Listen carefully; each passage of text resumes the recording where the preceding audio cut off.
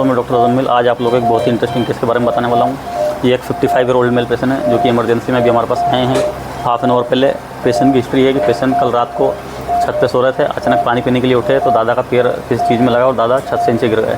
Fall from height की history है। Approximately 15-20 feet ऊपर से गिरे हैं दादा छत से गिरने के बाद दादा जो कि चेहरे के बल गिरे, जिसकी वजह से दादा को फेशियल इंजरी हुई, मल्टीपल फेशियल बोन फ्रैक्चर है। साथ में दादा के right side multiple chest rib fracture है। 2nd to 11, 2nd से लेकर 11 तक 11वीं रिब तक दादा की रिब फ्रैक्चर है। 8 से 10 पसलियाँ टूटी हुई है। अभी मैं आप लोगों को पेशेंट से डिस्कस करके बताऊंगा कि ये कैसे हादसा इनके साथ हुआ और कैसे इनको चोट लगी। दादा कैसे लगी चोट? गिर गए? कहाँ से गिर गए?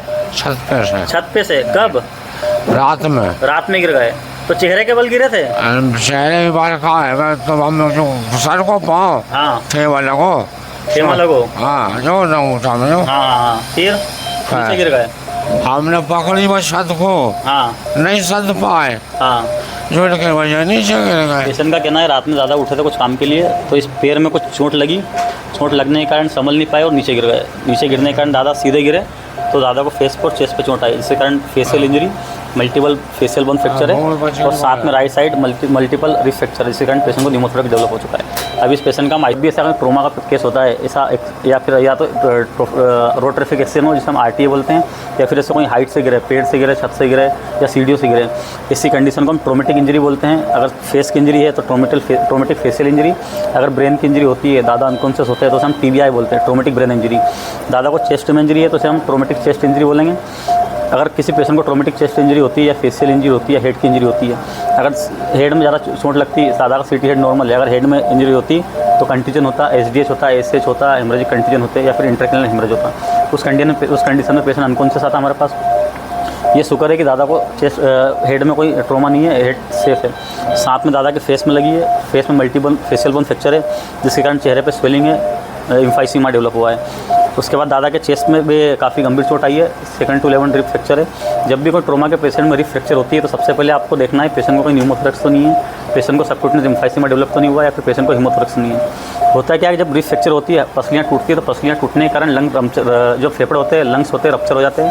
रप्चर होने के कारण उनकी जो हवा लीक हो जाती है पुरुला के अंदर, तो वहाँ पे लंग्स का कोलैप्स हो जाता है और हवा भर जाती है, जिसे हम मेडिकल की लैंग्वेज में न्यूमोथोरैक्स बोलते हैं। अगर हवा भरती है तो उसे न्यूमोथोरैक्स बोलेंगे। हवा के साथ अगर पानी भरेगा तो उसे हाइड्रोन्यूमोथोरैक्स बोलेंगे। अगर हवा के साथ पानी के साथ अगर खून भरेगा तो उसे हीमोथोरैक्स बोलेंगे। तो दादा की रिब फ्रैक्चर हुई, रिब फ्रैक्चर के कारण सबक्यूटेनियस टिश्यू रप्चर हुआ और वहाँ पे एक ट्रैक बना और साथ में लंग रप्चर हुआ। तो दादा को सबक्यूटेनियस एम्फाइसीमा, साथ में right side massive pneumothorax develop हुआ। जब पेशेंट हमारे पास आया तो ऑलरेडी CT स्कैन चेस्ट करवा के आया था। CT स्कैन में आप लोगों को दिखा देता हूँ। न्यूमोथोरैक्स दादा को मेसिव राइट न्यूमोथोरैक्स है। इस तरह राइट साइड आप लोग देख सकते हैं, जो ब्लैक शेडो दिखाई दे रहा है, ये दादा न्यूमोथोरैक्स से पूरी हवा भरी हुई है। राइट साइड पूरी हवा भरने के कारण पेशेंट का right side lung completely collapse हो चुका है। पेशेंट ऑलरेडी क्रोनिक स्मोकर है, जिसके कारण पेशेंट COPD है, non case of chronic obstructive pulmonary disease. उसकी वजह से पेशेंट का सैचुरेशन ऑलरेडी कम रहता है। जब पेशेंट हमारे पास आया था, पेशेंट का SpO2 लेवल 75 था। पेशेंट को प्राइमरी ट्रीटमेंट दिया गया। उसके बाद अभी पेशेंट थोड़ा स्टेबल हुआ है। अभी पेशेंट का हम ट्रीटमेंट करने जाएंगे जो न्यूमोथोरैक्स में करते हैं। न्यूमोथोरैक्स को हैंडल कैसे करते हैं, क्या इसका मैनेजमेंट होता है, अभी आप लोगों को मैं बता देता हूँ। न्यूमोथोरैक्स वाले पेशेंट में एक हम ट्यूब डालते हैं जिसे इंटरकोस्टल ड्रेनेज बोलते हैं, ICD प्रोसीजर बोलते हैं। इस केस में हम जो ट्यूब यूज़ करेंगे वो 24 गेज की यूज़ करेंगे। ये ट्रोकार की ट्यूब है 24 गेज की। इस ट्यूब को क्या करेंगे, राइट साइड हम एक सेफ जोन होता है वहाँ पे एक होल करेंगे और इस ट्यूब को इंसर्ट करेंगे। ट्यूब इंसर्ट करने के बाद जो छाती की हवा बाहर निकल जाएगी, पेशेंट को रिलीफ मिलेगा, जो लंग कोलैप्स है वो खुल जाएगा फेफड़ा। इस तरह से इसका मैनेजमेंट किया जाता है। साथ में पेशेंट को सबक्यूटेनियस एम्फाइसीमा है, बेटा क्लोज लेके आओ। ये आप लोग देख सकते हैं, पेशेंट को मैं यहाँ पे चेस्ट पे प्रेस करूँगा तो यहाँ पे मेरी फिंगर्स दब जा रही है, एयर आप लोगों को दिखाई दे रही होगी। पेशेंट को मेसिव सबक्यूटेनियस एम्फाइसीमा भी है, जिसने एम्फाइसीमा ने नेक को और फेस को कवर कर लिया। इसके कारण पेशेंट के फेस पे और चेस्ट पे और शोल्डर चेस्ट पे स्वेलिंग है। तो जब कभी भी इस तरह का पेशेंट आता है ट्रोमा का, तो आपको रिब फ्रैक्चर देखना है। चेस्ट में अगर लगी है तो रिब फ्रैक्चर के कारण न्यूमोथोरैक्स या फिर प्लूरल इफ्यूजन कुछ हुआ तो नहीं। अगर ऐसा कुछ होता है तो उसका किस तरह मैनेजमेंट किया जाता है, आज आप लोग को इस वीडियो में बताऊंगा मैं। तो इस केस में पेशेंट को राइट साइड मेसिव न्यूमोथोरैक्स से छाती के अंदर हवा भर गई है। तो इस कंडीशन में हम इमरजेंसी में एक ट्यूब डालते हैं, ICD ट्यूब, जिसे ICD प्रोसीजर या फिर इंटरकोस्टल प्रोसीजर बोलते हैं। अभी मैं प्रोसीजर परफॉर्म करूँगा और आप लोग को दिखाऊंगा किस तरह से प्रोसीजर करते हैं। में पेशेंट जो न्यूमोथोरैक्स वाले आए हमारे पास, इनका हम इंटरकोस्टल ड्रेनेज प्रोसीजर करने जा रहे हैं, ICD डालने जा रहे हैं। आईसीडी डालने के पहले पेशेंट को फ्लैट लेटाया जाता है। उसके बाद पेशेंट को हम पहले बिटाइडिन से पेंटिंग करेंगे। पेंटिंग जो करते हैं हम सेंट्रल टू पेरीफेरी करते हैं, ना कि periphery to centre. Centre to periphery इसलिए करते हैं ताकि पेरीफेरी का इन्फेक्शन सेंटर में ना जाए, इसलिए सेंट्रल टू पेरीफेरी इसमें हम पेंटिंग करते हैं इस तरह से। सेंटर टू पेरीफेरी पेंटिंग करने के बाद फिर एक ड्राई गोज से जो बिटाइडिन से हमने पेंटिंग की उसे एक बार और सेंटर टू पेरीफेरी उसे पेंट करेंगे। उसके बाद 1 मिनट इसे होल्ड करेंगे। उसके पहले हम एक बार इससे स्टेलियम से पेंट करेंगे। बेटा स्टेलियम लो। डबल पेंटिंग इसलिए की जाती है ताकि बाहर का जो इन्फेक्शन अंदर ना जाए। जब हम इंसिजन देंगे तो इंसिजन देने के दौरान बाहर का इन्फेक्शन अंदर चले जाएगा तो पेशेंट को उससे कॉम्प्लिकेशन हो सकते हैं, न्यूमोनिया डेवलप हो सकता है, पेशेंट को लंग इन्फेक्शन हो सकता है, इससे जो कि कॉम्प्लिकेटेड हो सकता है। उससे पेशेंट को बैक्टीरियल इन्फेक्शन हो सकता है और फीवर आ सकता है, पेशेंट रेस्पिरेटरी फेलियर में जा सकता है, पेशेंट को लंबे टाइम तक हमें हाई एंटीबायोटिक देना पड़ सकती है। इसलिए पहले हम इस तरह से सफाई करते हैं बिटाइडिन और स्टेलियम से। करने के बाद पेशेंट को लोकल एनेस्थीसिया दिया जाता है, जो कि हम लिग्नोकेन 2% यूज़ करते हैं इस केस में। जो लोकल एनेस्थीसिया देते हैं वो 2% वाला रहता है और मिलीमीटर टू मिलीमीटर देते हैं। हम जो आईसीडी प्रोसीजर करते हैं वो 5th intercostal space entry axil line के यहाँ पे करते हैं, मिड एंट्री एक्सिल लाइन पे, जो कि सेफ स्पेस होता है। यहाँ पे आर्टरी और वेसल्स कम होती है तो यहाँ पे ब्लीडिंग के और ट्रोमा के चांसेस कम होते हैं, इसे सेफ जोन कहा जाता है। तो ऐसे बिटाइडिन पेंटिंग करने के बाद पेशेंट को millimetre two millimetre local anaesthesia दिया जाएगा। उसके पहले हम पेशेंट को बता देंगे कि आपको एक सुई लगेगी जिससे थोड़ा दर्द होगा। दादा एक सुई लगेगी पतली सी, ठीक है, हल्का सा दर्द होगा, हिलना नहीं है।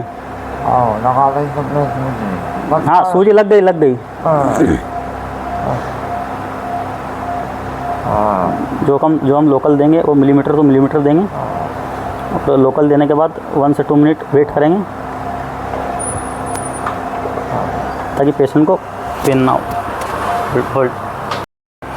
होल सेट को जिस तरह से अप्लाई की जाती है इससे पेशेंट का फेस कवर हो जाए। फेस कवर हमें इसलिए करना है ताकि पेशेंट प्रोसीजर ना देखे। पेशेंट प्रोसीजर देख के कभी कभी पैनिक हो सकता है, तो पेशेंट पैनिक ना हो प्रोसीजर देख के, इसलिए पेशेंट का फेस कवर करना है और इन्फेक्शन ना फैले। इसलिए अभी मैं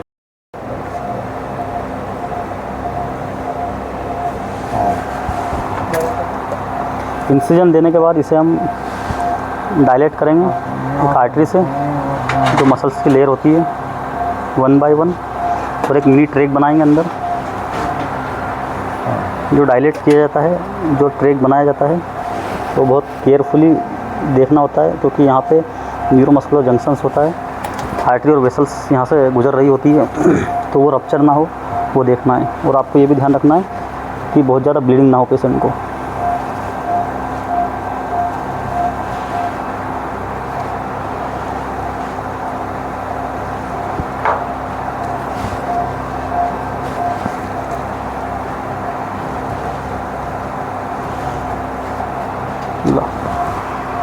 ये आईसीडी है, ट्रोकार आईसीडी कुछ इस तरह की दिखाई देती है, 24 गेज की है।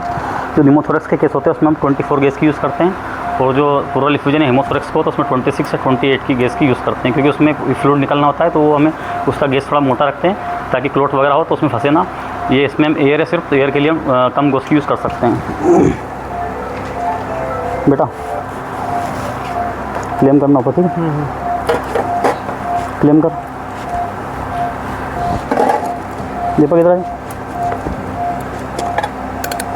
आईसीडी हमारी इंटर हो चुकी है। आईसीडी इंटर करने के बाद हम इसे बैग से कनेक्ट करेंगे और आप लोग बैग में देख सकते हैं किस तरह से एयर निकलेगी।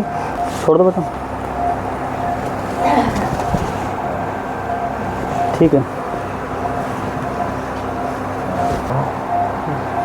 ठीक। आप लोग देख सकते हैं इस तरह से पेशेंट की जो है कि इसमें जो एयर है जो पेशेंट को न्यूमोथोरेक्स से अब धीरे धीरे रिलीज़ होगा। और अभी इस पेशेंट का हम पोस्ट ऑफ एक्सरे आपको दिखाएंगे करवा के किस तरह से पेशेंट का जो राइट लंग कोलेप्स था, जो एयर थी, ये आप लोग देख सकते हैं इस तरह से बबल्स जो दिखाई दे रहे हैं, इसमें जो बबल्स आ रहे हैं ये जो पेशेंट का न्यूमोथोरेक्स है वो रिलीज़ हो रहा है। पेशेंट का चेस्ट में जो हवा भरी है रिब फ्रैक्चर होने के कारण जो न्यूमोथोरेक्स हुआ है, आईसीडी प्रोसीजर करके उस हवा को निकाला जाता है।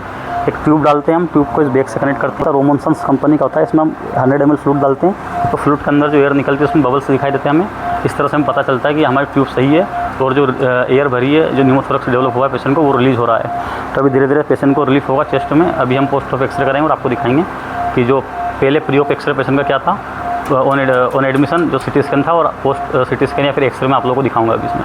Thank you. कर चुके हैं इंटरकोस्टल ड्रेनेज। इंटरकोस्टल ड्रेनेज करके पेशेंट का हमने ड्रेसिंग कर रहे हैं। ड्रेसिंग कुछ इस तरह फिक्स की जाती है ताकि जो आईसीडी ट्यूब है वो खींचे ना, निकले ना। अगर हम इसे अच्छे से फिक्स नहीं करेंगे तो चांसेस होते हैं आईसीडी ट्यूब बाहर आने के। अगर आईसीडी ट्यूब बाहर आएंगे तो जो ट्यूब की जो आइज़ होती है, जो हम अंदर पुरला के अंदर डालते हैं, लंग्स में डालते हैं, वो आइज़ अगर बाहर होगी तो पेशेंट को सबक्यूटेनियस एम्फाइसीमा डेवलप हो जाएगा। ऑलरेडी पेशेंट को सबक्यूटेनियस एम्फाइसीमा है। अगर आई बाहर आ गई, ट्यूब बाहर खिंच गई, तो और ज़्यादा एम्फाइसीमा डेवलप हो जाएगा, जिससे पेशेंट की जान जा सकती है। तो जब आईसीडी ट्यूब डल जाए उसके बाद अच्छे से आईसीडी ट्यूब को फिक्स किया जाता है। अभी मैं आप लोगों को दिखाऊंगा आईसीडी ट्यूब डल चुकी है और आईसीडी ट्यूब के अंदर अच्छे से कॉलम मूवमेंट भी आ रहा है। बेटा इधर आओ।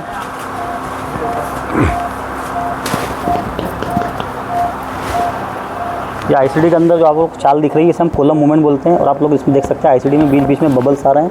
ये जो बबल्स है, यही बबल्स एयर निकल रही है, जो एयर लंग्स के अंदर है, जो न्यूमोथोरैक्स पेशेंट को डेवलप हुआ है।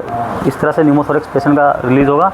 और ये जो प्रोसीजर है इसे हम आईसीडी प्रोसीजर बोलते हैं। और जो न्यूमोथोरैक्स के पेशेंट होते हैं, मेसिव न्यूमोथोरैक्स के, जिन मरीजों की छाती में हवा भर जाती है, उनका ट्रीटमेंट कुछ इस तरह किया जाता है। ये प्रोसीजर करके पेशेंट की जान बचाई जाती है। इसे लाइफ सेविंग प्रोसीजर भी हम बोलते हैं। तो दोस्तों वीडियो आप लोगों को अच्छा लगा तो वीडियो को लाइक जरूर करें और चैनल को सब्सक्राइब करना ना भूलें। Thank you.